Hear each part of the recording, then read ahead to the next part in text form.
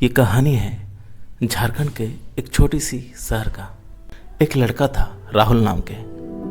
वो बहुत गरीब था। उसके पास ना कुछ खाने के लिए था और ना ही रहने के लिए घर था। राहुल अपने दोस्त के घर में रहा करता था। राहुल एक छोटी सी होटल में वेटर का काम करना शुरू कर दिया था। धीरे धीरे एक दिन उस होटल का मालिक बन गया। उसके पास काफ़ी पैसे भी हो गए। बाद में फिर वो एक 5 स्टार होटल का मालिक बन गया। बहुत अमीर हो गया था।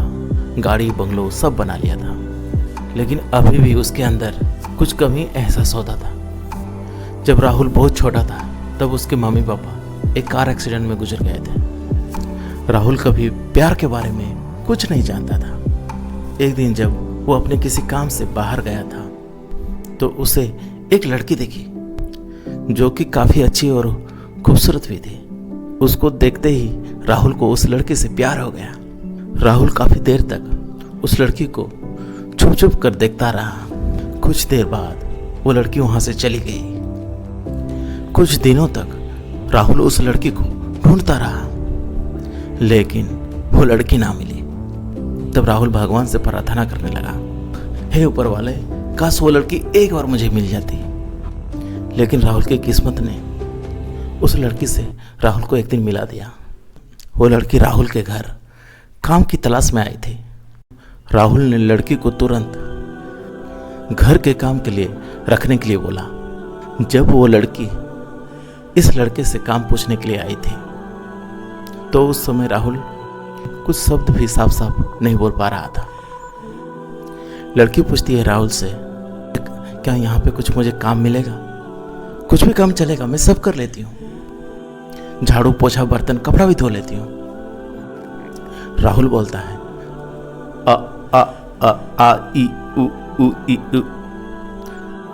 तब तक लड़की कहती है, हाँ हाँ मैं समझ गई, आप गूंगे हो। तब तक एक 45 साल का आदमी आता है और लड़की से कहता है, ठीक है आप कल से काम पे आ जाइए। जिससे लड़की को लगा यह गूंगा है। राहुल भी जान गया था कि ये लड़की हमें गूंगा समझ रही है। इसके साथ ही साथ ये लड़की समझ गई थी यह लड़का इस घर का नौकर है, ना कि मालिक।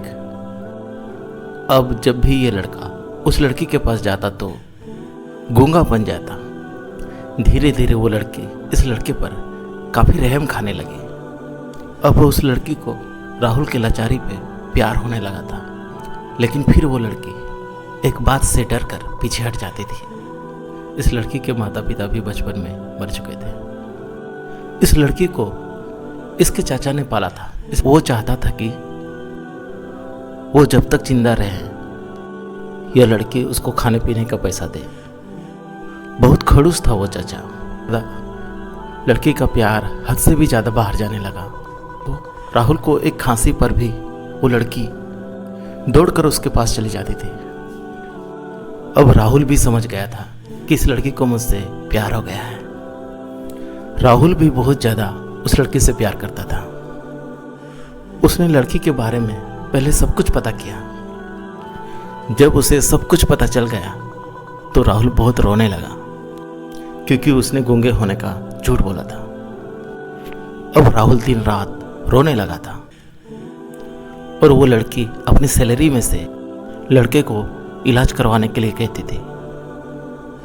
एक दिन सुबह सुबह ही उस लड़की को पता चला कि वो लड़का हॉस्पिटल में भर्ती है।